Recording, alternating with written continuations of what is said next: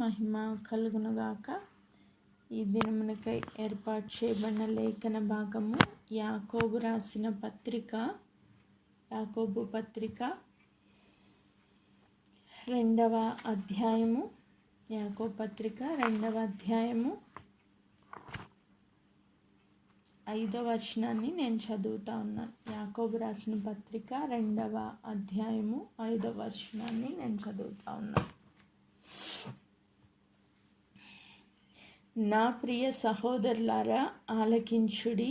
ఈ లోక విషయంలో దరిద్రులైన వారిని విశ్వాసమందు భాగ్యవంతులుగాను, తన్ను ప్రేమించిన వారికి తాను వాగ్దానం చేసిన రాజ్యమునకు వారసులుగా ఉండుటకు దేవుడు ఏర్పరచుకొనలేదా? ? ఈరోజు పరిశుద్ధాత్మ దేవుడు మనతో మాట్లాడినట్లు అందరూ కొంచెం శ్రద్ధగా ఈ మాటను ధ్యానం చేసుకుందాం. యాకోబు సంఘానికి రాస్తూ ఏమంటున్నారు అంటే, నా ప్రియ సహోదరులారా ఆలకించుడి అంటే అందరితో, విశ్వాసులైన వారందరితో ఆయన చెప్తున్న ఒక మాట, శ్రద్ధగా ఆలకించమని చెప్తున్న ఒక మాట. ఈ లోక విషయంలో దరిద్రులైన వారిని విశ్వాసమందు భాగ్యవంతులుగా.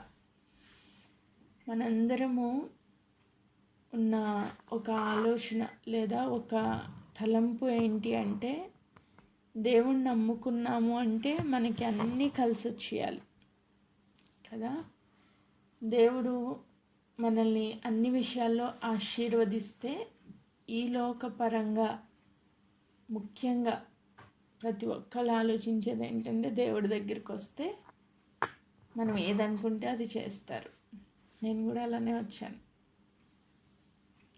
నాకు కూడా తొలి దినాల్లో నాకు తెలిసిన విషయం ఏంటంటే, దేవుని ఏది అడిగితే అది ఇస్తారు. కాబట్టి దేవుని నమ్ముకోవాలి. ఈరోజు ఈ జూమ్లో లేదా ఈ ఫోన్ కాల్స్లో ఉన్న వాళ్ళలో 90% ఇదే ఆలోచనతో దేవుని సన్నిధికి వస్తారు. ఇదైతే 100% నిజం కదా. దేవుని నమ్ముకుంటే మాకు అనారోగ్యం తగ్గిపోద్ది. అమ్మ మ్యూట్ పెట్టండి. దేవుని నమ్ముకుంటే మాకు బిజినెస్ బాగుంటుంది. దేవుని నమ్ముకుంటే మా జాబ్లో ప్రమోషన్స్ వస్తాయి. దేవుని నమ్ముకుంటే నా భర్తకి అన్నీ మంచి జరుగుతుంది. సో ఇలా ఎవరి ఆలోచన వాళ్ళది. నేను తప్పు కాదు అని అనట్లేదు, కానీ చాలామంది దేవుణ్ణి నమ్మేది ఎందుకంటే 90% ఆఫ్ పీపుల్ దేవుణ్ణి నమ్మేది ఈ లోకపరమైన ఆశీర్వాదం కోసమే. 90% దేవుని దగ్గరికి వస్తారు. తొలి దినాల్లో నేను కూడా అలా వచ్చిన దాన్నే కాబట్టి నాకు కూడా ఆ విషయాలన్నీ బాగా తెలుసు. సో కానీ ఆత్మీయంగా వచ్చిన తర్వాత, దేవుడిని నమ్మిన తర్వాత, దేవుడు తొలి దినాల్లో చాలా బలంగా కార్యాలు చేస్తూ ఉంటారు. మరి మీ జీవితాల్లో ఎంతవరకు జరిగినాయో నాకు తెలియదు, కానీ నేను దేవుడిని నమ్మిన కొత్తల్లో ఏది అడిగితే అది జరిగిపోయేది. నాకు చాలా ఆశ్చర్యంగా ఉండేది. చిన్ని విషయాల్లో కూడా దేవుడు ఎంతో బలమైన కార్యాలు నేను మనసులో అనుకున్నాం కూడా చేసిన దినాలు ఉన్నాయి. సో మనకేమనిపిస్తుంది అంటే, అబ్బా దేవుడిని ఏది అడిగితే అది ఇచ్చేస్తున్నారు, ఇంకా దేవాది దేవుడు నా పక్షంగా ఉండి కార్యాలు సఫలీకృతం చేస్తున్నారని చాలా సంతోషం, ఉత్సాహం చాలా అధికంగా ఉంటుంది. కానీ కొన్ని దినాలు అయిన తర్వాత అసలైన పోరాటాలు మొదలైనప్పుడు, దేవుని సన్నిధిలోకి వచ్చి స్థిరపరచబడిన తర్వాత, పరీక్షలు వచ్చినప్పుడు, శ్రమలు వచ్చినప్పుడు, బలహీనతలు వచ్చినప్పుడు, కృంగుదలు వచ్చినప్పుడు, దేవుని సన్నిధిలో నువ్వు ఎలా అంటు కట్టబడి ఉన్నావన్న దాని మీద నీ అసలైన విశ్వాసం అనేది పరీక్ష కలిగి నిలవబడిందా లేదా పడిపోయిందా దేవుడు టెస్ట్ చేస్తారు. ఇప్పుడు అబ్రహాము దేవుని వాగ్దానాలు పట్టుకుని వచ్చారు. 20 సంవత్సరాలు ఎదురు చూశారు. దేవుడి వాగ్దానాలు నెరవేర్చబడ్డాయి. దేవుడు గర్భఫలాన్ని ఇచ్చారు. తర్వాత దేవుడు పరీక్ష పెట్టారా లేదా? ఖచ్చితంగా పెట్టారు. అలాగే దానియేలు దేవుడు ఆశీర్వదించి జ్ఞానవంతుడిగా చేసి బబులోను సంస్థానంలో ఒక ఉన్నతమైన స్థానాన్ని ఇచ్చి స్థిరపరచబడిన తర్వాత సింహాల బోన్ వచ్చిందా లేదా అంటే వచ్చింది. ప్రతి ఒక్కరి జీవితంలో దేవుని సన్నిధిలోకి వచ్చి స్థిరపరచబడిన తర్వాత టెస్టింగ్ జరిగింది. ఆ పరీక్షలో నిలిచి ఉన్న వాళ్ళే నిజమైన విశ్వాసులు. ఆమేన్. సో ఈరోజు ఈ లోకపరమైన దరిద్రత నిన్ను విశ్వాసమందు భాగ్యవంతులుగా చేస్తుందంట. మళ్ళొకసారి చెప్తున్నా, ఈ లోకపరమైన దరిద్రత విశ్వాసమందు నిన్ను భాగ్యవంతులుగా చేస్తుందంట. అంటే ఈ లోకపరంగా దేవుడు నీకు ఏమీ ఇవ్వకపోయినా, దీంట్లో ఉన్న అర్థం ఏంటంటే ఈ లోకపరమైన ఆశీర్వాదాలు, మనం అనుకుంటున్న ఆశీర్వాదాలు అంటే ఈ లోకపరంగా డబ్బు, ఈ లోకపరమైన ఆనందము, ఈ లోకపరమైన ఆరోగ్యము, ఈ లోకపరమైన ఇల్లు, ఈ లోకపరంగా కార్లు, ఈ లోకపరమైన సంతోషాలు, మనకి బ్యాంక్ బ్యాలెన్స్లు, ఇలాంటివి ఏమీ లేకపోయినా నువ్వు దేవునిలో నిలిచి ఉన్నావు అంటే నువ్వు విశ్వాసంలో భాగ్యవంతురాలవు లేదా భాగ్యవంతుడువు అని అర్థం. ఆమేన్. ఇవన్నీ ఉండి దేవుణ్ణి వెంబడించడం అది పెద్ద విషయమేం కాదు, అది గొప్ప విషయమేం కాదు కదా. అన్నీ ఉన్నవాడు దేవునికి థ్యాంక్స్ చెప్పడం పెద్ద గొప్ప విషయమేం కాదు. ఏమీ లేనప్పుడు మనం ఏం చేయాలంటే దేవుని సన్నిధిలో కృతజ్ఞత కలిగి జీవించాలంట. ఎందుకు? ఏమీ లేకపోతే ఎలా కృతజ్ఞత చెప్తామండి అంటేనే మనకు వచ్చే క్వశ్చన్. ఈ లోకపరంగా ఆశీర్వదిస్తారనే కదా దేవుని దగ్గరికి వచ్చాం, ఈ లోకపరమైన మేలులు పొందుకుంటామనే కదా దేవుని దగ్గరికి వచ్చాం. ఇవి ఏమీ లేకపోయినా ఎలా దేవుణ్ణి నమ్మాలి, ఎలా విశ్వసించాలి అంటే ఇక్కడ అందుకే యాకోబు గారు రాస్తూ, ఈ లోక విషయంలో దరిద్రులైన వారిని విశ్వాసమందు భాగ్యవంతులుగాను, తన్ను ప్రేమించిన వారికి తాను వాగ్దానం చేసిన రాజ్యమునకు వారసులుగా ఉండుటకు దేవుడు ఏర్పరచుకొనలేదా? దేవుడు ఎందుకు ఏర్పరచుకున్నారు నిన్ను నన్ను అంటే ఈ లోకమందు భాగ్యవంతులుగా జీవించడానికి కాదు. ఈ మాట చెప్తే కొంచెం భయం వేస్తుంది, కానీ చాలాసార్లు అంటాం కదా, అబ్రహాము దేవుడు ఆశీర్వదించిన జనాంగం, అబ్రహాము పిల్లలు. సో అదే ఆశీర్వాదాలు మనకు కూడా వచ్చినాయి. అబ్రహాం వల్లే నువ్వు ఒక దేశాన్ని స్వతంత్రించుకుంటావు అంటే అది చాలా సంతోషంగా ఉంటుంది అన్నమాట. కానీ దరిద్రులుగా జీవించడానికి దేవుడు మళ్ళీ ఏర్పరచుకున్నారంటే అది నచ్చదు, ఎవ్వరికి నచ్చదు ఇది.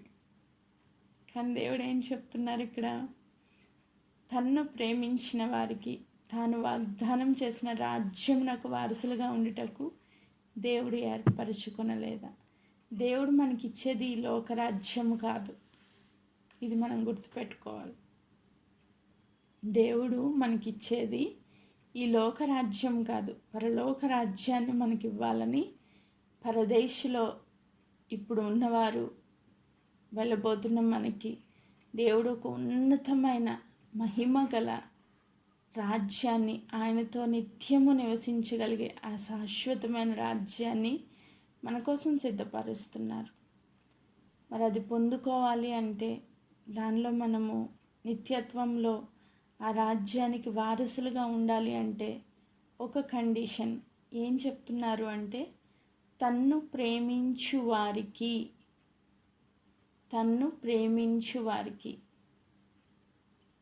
దీనికి ఇంకొక మాట నేను యాడ్ చేస్తున్నాను, ఈ లోకాన్ని ద్వేషించిన వారికి. దేవుని ప్రేమిస్తే ఈ లోకాన్ని మనం ద్వేషిస్తాం. అంటే ఈ లోకపు ధనభోగాల కంటే అధికముగా దేవుని సన్నిధిలో ఆనందించే వ్యక్తులు పరలోక రాజ్య వారసులుగా మార్చబడతారు. ఆమేన్. సో మన శరీరం ఎంతసేపు ఇక్కడున్న సుఖభోగాలనే కోరుకుంటుంది. మన శరీరం ఆశపడేదంతా ఈ లోకం కోసమే. ఈ లోకంలో ధనాలు, ఈ లోకంలో సంతోషాలు లేకపోతే నీ శరీరము దేన్ని యాక్సెప్ట్ చేయదు. కానీ దేవుడు ఏం చెప్తారు? ఆత్మ చేత శరీర క్రియలను చంపాలంట. ఆత్మ ఏం కోరుకుంటుంది అంటే దేవుని సన్నిధిని కోరుకుంటుంది, దేవుని రాజ్యాన్ని కోరుకుంటుంది. శరీరం ఏం కోరుకుంటుంది అంటే ఈ లోకాన్ని కోరుకుంటుంది, లోకంలో ఉన్న సుఖభోగాల్ని కోరుకుంటుంది. ఈ రెండాటికి ఎప్పుడు క్వైట్ ఆపోజిట్ ఉంటుంది. సో దేవుడు ఏం చెప్తున్నారు? ఈ లోక విషయంలో దరిద్రత నిన్ను విశ్వాసమందు భాగ్యవంతురాలుగా చేస్తుంది. దేవుణ్ణి అమితంగా ప్రేమించే వారిని పరలోక రాజ్య వారసులుగా మారుస్తుంది. ఆమేన్. ఈ 2 క్వాలిటీస్ మనలో ఉండాలి. అంటే ఈరోజు దరిద్రులు అయిపోండి అని నేను చెప్పట్లేదు, ఈరోజు మీకున్నదంతా విడిచిపెట్టేసేయండి అని నేను చెప్పట్లేదు. కానీ ఈ లోకం యందు దరిద్రులు అంటే ఇంకొక రీతిగా, మనకి ఎదురుగుండా ఫుడ్ ఉంది కానీ దాన్ని మనం తినకూడదు. అది ఎంత కష్టం. ఉపవాసం, నీకు లేక ఉపవాసం చేయట్లేదు, నీకు ఉండి ఉపవాసం చేస్తున్నావు కదా. ఎదురుగుండా నీకు మంచి ఫుడ్ ఉంది, తినచ్చు, నీదే అది. కానీ తినకుండా ఉపవసించి దాన్ని ఏం చేయాలి? దాన్ని దాచిపెట్టి రేపటి దినాన్ని తిన్నాం కాదు, దాన్ని బేదలకు ఇవ్వాలి అంటారు దేవుడు. నీ పోర్షన్ నువ్వు బేదలకు ఇస్తే అది నిజమైన ఉపవాసం. నువ్వు ఫాస్టింగ్ ఉన్నప్పుడు నీ ఫుడ్ ఇంకొకరికి డొనేట్ చేయడం. మనం అలా చెయ్యం. శుభ్రంగా ఆ రోజు బియ్యం మిగిలిపోయి నెక్స్ట్ డే హ్యాపీగా వండుకుని ఎంజాయ్ చేస్తాం. ఆ రోజు ఫుడ్ని స్టోర్ చేసుకుని నెక్స్ట్ డే తింటాం. అలా కాదు. దేవుని చిత్తం ఏంటంటే మనం ఉపవసించి మనం వేరే వాళ్ళకి సహాయం చేయాలి. నీకు ఉంది కానీ నువ్వు దాన్ని అనుభవించడానికి ఇష్టపడకూడదు, దాని యందు నీకు సంతోషము రాకూడదు. ఇది చాలా కష్టతరమైన విషయంగా అనిపించవచ్చు, కానీ పరిశుద్ధాత్మదేవుడు మాట్లాడుతున్నప్పుడు మనం దాన్ని మన జీవితంలోకి అన్వయించుకోవాలి. నీకు కార్లు ఉన్నాయి, బిల్డింగ్లు ఉన్నాయి, బంగారం ఉంది, డబ్బు ఉంది, ఈ లోకపరంగా మంచి పరిస్థితి దేవుడు ఇచ్చారు, కానీ నువ్వు దాన్ని ప్రేమించకూడదు. అన్నీ కలిగిన వ్యక్తివైనప్పటికీ ఏమీ లేని వారిగా క్రీస్తులో భాగ్యవంతులుగా ఉండాలి. ఆమేన్. సో దీని కొరకు కొన్ని మాటలు మనం ధ్యానం చేద్దాం. మత్తయి సువార్త 5వ అధ్యాయము, మత్తయి సువార్త 5వ అధ్యాయం కొండ మీద ప్రసంగంలో కూడా దేవుడి మాట, తొలి ప్రసంగంలోనే దేవుడిచ్చిన ఒక మాట నేను చదువుతున్నాను చూడండి. 3వ వచనం, ఆత్మ విషయమై దీనులైన వారు ధన్యులు, పరలోక రాజ్యము వారిది. దేవుడు ఏం చెప్తున్నారంటే ఆత్మ విషయమై దీనులైన వారు ధన్యులు, పరలోక రాజ్యము వారిది. నువ్వు పరలోకానికి వెళ్ళాలంటే ఆత్మలో నువ్వు ఏ స్థితిలో ఉన్నావో మొదటిగా తెలుసుకోవాలి. దీన్ని ఇంకొక రీతిగా మనకు అర్థమయ్యే రీతిగా, ఈ లోకపరమైన భాగ్యవంతులు ఆత్మలో దరిద్రులని అర్థం. ఈవిడేంటి ఇంత కఠినంగా చెప్తుందని అనుకోవద్దు. ఈ లోకపరంగా భాగ్యవంతులు అంటే ఈ లోకపరంగా వాళ్ళు ఈ లోకంలో ఉన్న డబ్బు, ఈ లోకంలో ఉన్న వాటిని ఆనందించేవాళ్ళు, అనుభవించేవాళ్ళు. నా ఉద్దేశం, వాళ్ళు ఈ లోకపరంగా ఆనందిస్తున్నారు, ఎంజాయ్ చేస్తున్నారు అంటే ఆత్మలో వాళ్ళు దరిద్రులు అని అర్థం. లేదు, ఆత్మలో ధనవంతులుగా ఉన్నవాళ్ళు, ఈ లోకపరంగా వాళ్ళకి ఎంత ఉన్నా వాళ్ళు దరిద్రులుగానే ఉంటారు. 2 క్వైట్ ఆపోజిట్. మనం అండర్స్టాండ్ చేసుకోవాలి. అబ్రహాంకి చాలా ఉంది కానీ ఆయన ఎప్పుడు గుడారంలోనే ఉన్నాడంట. ఎందుకు? దావీదులాగా ఒక మంచి యెరూషలేం పట్టణాన్ని కట్టుకోవచ్చు కదా దేవదారు వృక్షాలతో. ఆయనకి లేదా అంటే చాలా ఆస్తుంది, గొర్రెలు గొడ్లు ఫుల్. కానీ ఆయన ఎప్పుడు కూడా ఒక గుడారంలో నివసించేవాడంట. మా మమ్మీ కొత్తలో అంటే చాలా రోజుల క్రితం ఇల్లు లేదు అని బాధపడుతూ ఉన్నప్పుడు నేను ఇదే ఎగ్జాంపుల్ చెప్పేదాన్ని. అబ్రహాం గారు గుడారంలో ఉన్నారు, మనకైతే మంచిగా దేవుడు రెంటిల్లు ఇచ్చారు, ఎందుకు బాధపడతామని చెప్పేదాన్ని. అప్పుడు నాకు తెలియదు ఆయన ఎందుకు గుడారంలో ఉన్నారు. నేను దాన్ని అలా అప్లై చేసుకునేదాన్ని. కానీ దేవుడు నిలువరమైన పట్టణం ఇక్కడ లేదు అని, దేవుడు ఇచ్చే ఆ నిలువరమైన పట్టణం కోసం అబ్రహాము ఎదురు చూస్తూ, ఆయన అంత డబ్బు కలిగిన, ఆస్తి కలిగిన, ఆయన నిలువరమైన పట్టణం ఇక్కడ లేదు అన్న గ్రహింపులో ఉండి పక్కా బిల్డింగ్ కట్టుకోలేదంట. ఆమేన్. మనమైతే అంత ఆస్తుంటే మొత్తం ఒక ఊరే నిర్మించేసి శుభ్రంగా ఇది అబ్రహాము పొరము అని పెట్టేసుకునేవాళ్ళం. సో మనకంటూ ఒక స్టేటస్ ఉండాలని మనం ఆలోచిస్తాం. కానీ అబ్రహాం గారు అలా ఆలోచించలేదు. ఆయన ఆత్మలో ధనవంతుడిగా మార్చబడ్డారు. ఈ లోకపరమైన ధనము ఆయనకి సంతోషాన్ని ఇవ్వలేదు. ఈ లోకపరమైన ధనము యందు ఆయన లక్ష్యం ఉంచలేదు. ఈ లోకపరమైన స్థిరత్వం కోసం ఆయన ఎదురు చూడలేదు. కేవలం దేవుని రాజ్యము కోసం ఆయన ఎదురు చూశారని వాక్యం సెలవిస్తూ ఉంది. సో ఈ లోకపరంగా నువ్వు ఎంత దరిద్రుడివైతే ఆత్మలో అంత ధనవంతుడిగా మార్చబడతావు. అప్పుడు పరలోక రాజ్య వారసునిగా నువ్వు చేయబడతావు. కొంతమందికి డబ్బు కావాలని ఆశ ఉంటుంది, కానీ దేవుడు ఇవ్వరు. ఈ లోకపరంగా మంచి పొజిషన్లో ఉండాలని ఆశ ఉంటుంది, కానీ దేవుడు ఇవ్వరు. వాళ్ళు అనుకుంటారు కదా, దేవుడు నాకెందుకు డబ్బు ఇవ్వడం లేదు, దేవుడు నాకెందుకు ఆస్తిపరుడిగా చేయడం లేదు, దేవుడు నాకెందుకు ఇన్ని అప్పులు పెట్టారు, ఎందుకు దేవుడు నేను చేసే పని ఫలభరితం అవ్వట్లేదు. చాలా క్వశ్చన్స్ ఉంటాయి. ఎందుకు ఇంత దీన స్థితి దేవుడు నాకు ఇచ్చారు? ఉన్నతమైన స్థితి ఇస్తే దేవుడిని ఇంకా స్తుతించేవాడిని కదా, ఇంకా ఆరాధించేవాడిని కదా, ఇంకా ఘనపరిచేవాడిని కదా. దేవుడు నన్ను ఎందుకు ఒక రిచ్ మ్యాన్గా చేయలేదు? ఉందా ఈరోజు క్వశ్చన్? చాలామందికి ఉంటుంది క్వశ్చన్, బయటపడకరు కానీ చాలామందికి క్వశ్చన్ ఇది ఖచ్చితంగా ఉంటుంది. సో దేవుడు నిన్ను భాగ్యవంతుడిగా చేయడానికే ఆ స్థితిలో ఉంచారు. దానికి ఆన్సర్ ఏంటంటే, నిన్ను దేవుడు భాగ్యవంతుడిగా చేయడానికి నిన్ను ఆ స్థితిలో ఉంచారు. ఈ లోకపరంగా అన్నీ ఇచ్చేస్తే మనము లోకపరంగా భాగ్యవంతులు అవుతాం, కానీ పరలోకపరంగా దరిద్రులం అవుతాం. ఆమేన్. ఈ లోకపరంగా నువ్వు భాగ్యవంతుడు అవుతావు, కానీ పరలోకపరంగా నువ్వు దరిద్రుడు అవుతావు. ఎందుకంటే అన్నీ కలిగి ఉంటే మనకు వచ్చేది గర్వము, అహము, దేవుడి నుంచి దూరం అయిపోయే పరిస్థితులు. కాదండి, నేను ఖచ్చితంగా నమ్మకంగా దేవుని సన్నిధిలో ఉంటాను అని ఇప్పుడు అనుకుంటాం మనం, కానీ అన్నీ వచ్చిన తర్వాత ఉండం. మీరే ఆలోచించండి. మంచి ఆరోగ్యం ఉన్నప్పుడు, కడుపు నిండా తిండి ఉన్నప్పుడు కన్నీటి ప్రార్థన చేసేవాళ్ళు చాలా తక్కువ. ఏమీ లేనప్పుడు, దరిద్రులుగా ఉండి లాజర్ లాంటి పొజిషన్లో ఉన్నప్పుడు దేవుని వెంబడించే వాళ్ళు చాలా ఎక్కువ. దేవుడు కొంతమందికి డబ్బు ఇస్తారు. ఎలాంటి వాళ్ళకి ఇస్తారంటే, దాని యందు ఆశ లేనోడికి ఇస్తారు. ఖచ్చితంగా ఇస్తారు.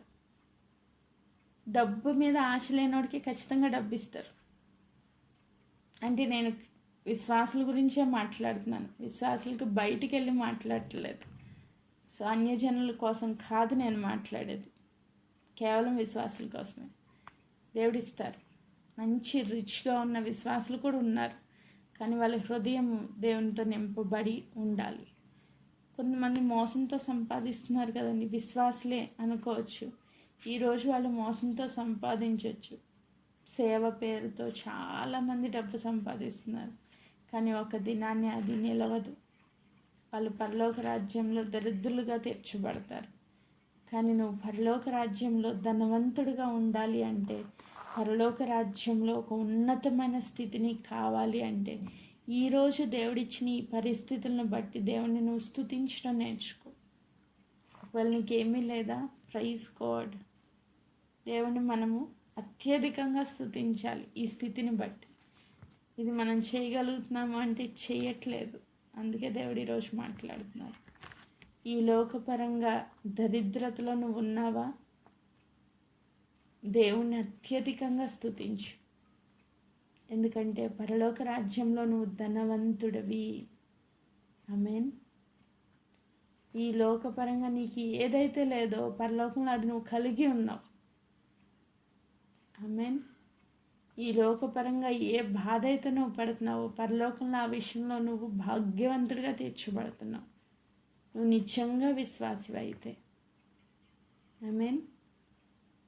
ఇంకా చెప్తున్నారు, ఇంకొక మాట చదువుతాను చూడండి. లూకాసు వార్త 12వ అధ్యాయము 21వ వచనం. లూకాసు వార్త 12వ అధ్యాయము 21వ వచనం. 12:21. దేవుని ఎడల ధనవంతుడు కాక తమ కొరకే సమకూర్చుకున్నవాడు అలాగే ఉండునని చెప్పాను. ఈ పైన మనం చదివితే ఒక ధనవంతుడి గురించి ప్రభు చెప్తున్నారంట. ఒకసారి 16 నుంచి చదువుతున్నాను చూడండి. మరియు ఆయన వారితో ఈ ఉపమానం చెప్పాను. ఒక ధనవంతుని భూమి సమృద్ధిగా పండెను. అప్పుడు అతడు, నా పంట కూర్చుకొనుటకు నాకు స్థలము చాలదు గనుక నేనేమి చేతునని తనలో తను ఆలోచించుకొని, నేను ఇలాగూ చేతును, నా కొట్లు విప్పి వాటికంటే గొప్ప వాటిని కట్టించి అందులో నా ధాన్యం అంతటిని నా ఆస్తిని సమకూర్చుకొని, నా ప్రాణముతో ప్రాణమా, అనేక సంవత్సరములకు విస్తారమైన ఆస్తి నీకు సమకూర్చబడి ఉన్నది, సుఖించుము, తినుము, త్రాగుము, సంతోషించుమని చెప్పుకొందును అనుకొనెను. అయితే దేవుడు, వెర్రివాడా, ఈ రాత్రి నీ ప్రాణం అడుగుచున్నారు, నీవు సిద్ధపరిచినవి ఎవరి వగునని అతనితో చెప్పాను. దేవుని ఎడల ధనవంతుడు కాక తమ కొరకే సమకూర్చుకున్నవాడు అలాగూ ఉండునని చెప్పాను. ఆమేన్. దేవుని ఎడల ధనవంతుడు కాక తన కొరకు కూర్చుకున్నవాడు ఎలా ఉంటాడంట? సడన్గా హార్ట్ అటాక్ వచ్చి చచ్చిపోయాడు. ఇప్పుడు పరలోక రాజ్యానికి వెళ్ళాడు. అక్కడ ఎలా ఉంటాడు? ఈ లోకంలో ధనవంతుడే, కానీ పరలోక రాజ్యంలో బహుదరిద్రుడు అనమాట వాడు. ఎందుకంటే ఈ లోకంలో ఉన్న డబ్బును ఇంకా పెంచుకోవడానికి నేనేం చేయాలి, ఇదే ఆడ ఆలోచన అంతా. కొట్లు విప్పుకోవాలి, పెద్దవి కట్టుకోవాలి, దాంట్లో కూర్చుకోవాలి, తిను, తాగు, సృకించు, ఇంకంతా శరీరం గురించి ఆలోచిస్తున్నాడు. శరీరం గురించి ఆలోచించి సడన్గా చచ్చిపోయాడు. ఇప్పుడు పరలోకం వెళ్ళాడు. ఆత్మ గురించిన చింతన కానీ, దేవుని వాక్యాన్ని అందు భయభక్తులు కానీ అసలు ఇంకేమీ లేవు. పరలోక రాజ్యం గురించిన ఆలోచనే వాడికి లేదు. ఈరోజు చనిపోయి దేవుని సన్నిధికి వెళ్తే వాడు ఎలా తీర్చబడతాడంటే వాడికన్నా దరిద్రుడు ఇంకెవడో ఉండడు. అందుకే దేవుడు చెప్తున్నారు, దేవుని ఎడల ధనవంతుడు కాక. అంటే మనం ఎలా ఉండాలి? ఈ లోకపరంగా ధనవంతులు అయినా అవ్వకపోయినా ప్రాబ్లం లేదు, కానీ దేవుని ఎడల ధనవంతులుగా ఉండాలి. ఆమేన్.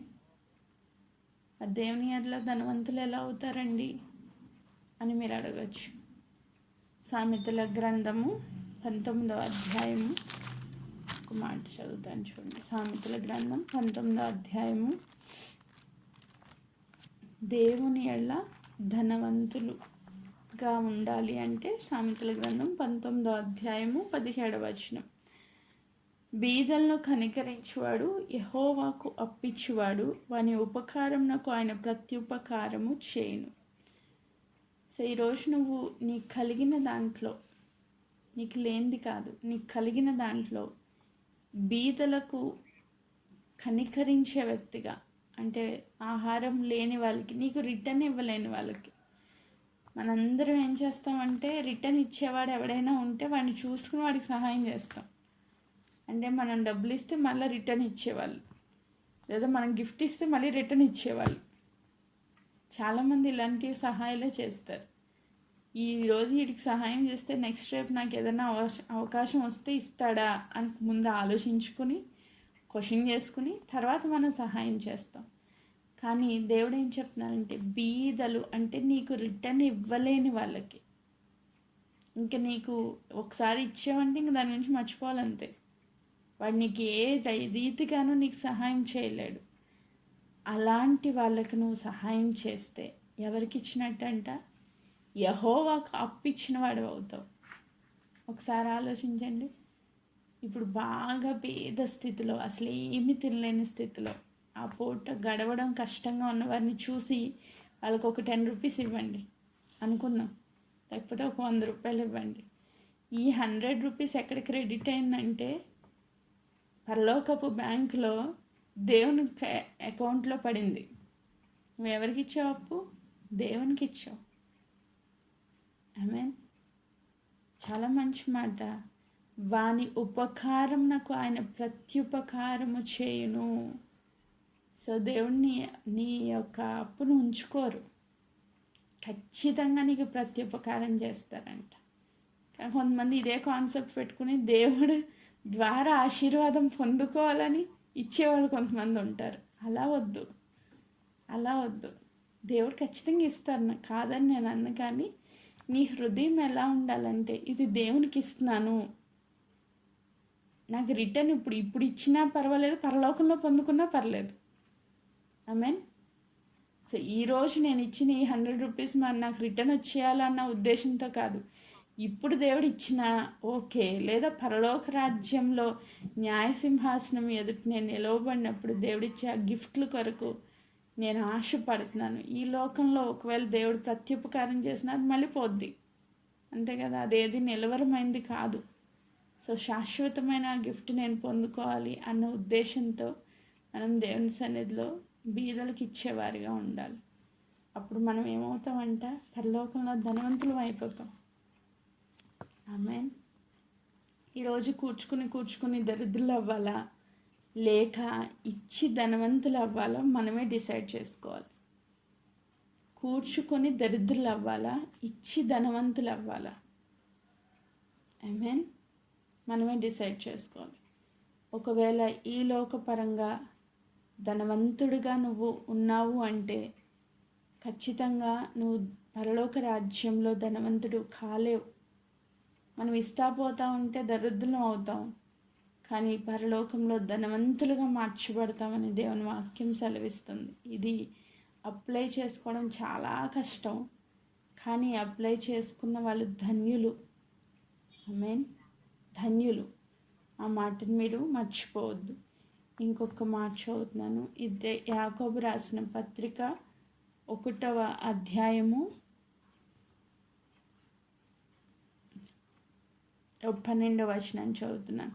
శోధన సహించువాడు ధన్యుడు, అతడు శోధనకు నిలిచిన వాడే ప్రభు తన్ను ప్రేమించిన వారికి వాగ్దానం చేసిన జీవ కిరీటమును పొందును. ఈరోజు మనం ఇస్తా పోతూ ఉంటే మనం దరిద్రులం అయిపోతాం. మనకేమొస్తాయి? శోధనలు వస్తాయి. ఒకవేళ ఆ శోధనలు నువ్వు సహించగలిగితే, దేవుని ప్రేమించి లోకపరమైన ఆశలను బట్టి కాదు కానీ దేవుని బట్టి జీవించగలిగితే నీకేముందంట, దేవుని ప్రేమించే వారికి వాగ్దానము చేసిన జీవ కిరీటము పొందుదురు. పరలోక రాజ్య వారసులుగా మార్చబడిన ప్రతి ఒక్కరికి ఒక కిరీటం ఉంటుందంట. అదేంటదంటే జీవ కిరీటం. అంటే నిత్యము జీవింపజేసే కిరీటం అన్నమాట. నిరంతరం నువ్వు జీవిస్తావని దేవుడు ఒక కిరీటాన్ని పెడతారు తలపైన. హల్లెలూయా. సో ఈరోజు ఆ కిరీటం కోసం మనం వేగిర పడదాం. ఆమేన్. సో మళ్ళొకసారి మన ముఖ్య వాక్య భాగాన్ని మరొకసారి చదువుతున్నాను. 2:5 యాకోబు పత్రిక 2:5. నా ప్రియ సహోదరులారా ఆలకించుడి, ఈ లోక విషయంలో దరిద్రులైన వారిని విశ్వాసమందు భాగ్యవంతులుగాను తను ప్రేమించిన వారికి తాను వాగ్దానం చేసిన రాజ్యమునకు వారసులుగానే ఉండుటకు దేవుడు ఏర్పరచుకొనలేదా? Question mark. ఈరోజు ఈ లోకపరంగా దరిద్రులైన వారు అంటే నష్టపోయిన వారు, అప్పులైన వాళ్ళు మన ముందు సాక్ష్యాలు ఇస్తూ ఉంటే, అయ్యా నమ్మ నేను ఇలా మోసపోయాను, ఇలా అప్పులు అయిపోయాను, ఇలా దరిద్రుని అయిపోయాను, ఈ లోకపరంగా చాలా బలహీన అయిపోయాను అని అన్నప్పుడు వీళ్ళు ఏం పాపం చేశారో దేవుడు వీళ్ళకి ఇలాంటి శిక్ష వేసాడు అని మనం అనుకోకూడదు. మనం వెంటనే వాళ్ళని నీచంగా చూడకూడదు. అదే చెప్తున్నారు కదా, అయితే మీరు దరిద్రులను అవమానపరచకూడదు, ఎందుకంటే వాళ్ళ పరలోక రాజ్యంలో భాగ్యవంతులు, ధనవంతులు. అవమానకరంగా మాట్లాడకూడదు, అవమానకరంగా తలంచకూడదు, అవమానపరచకూడదు.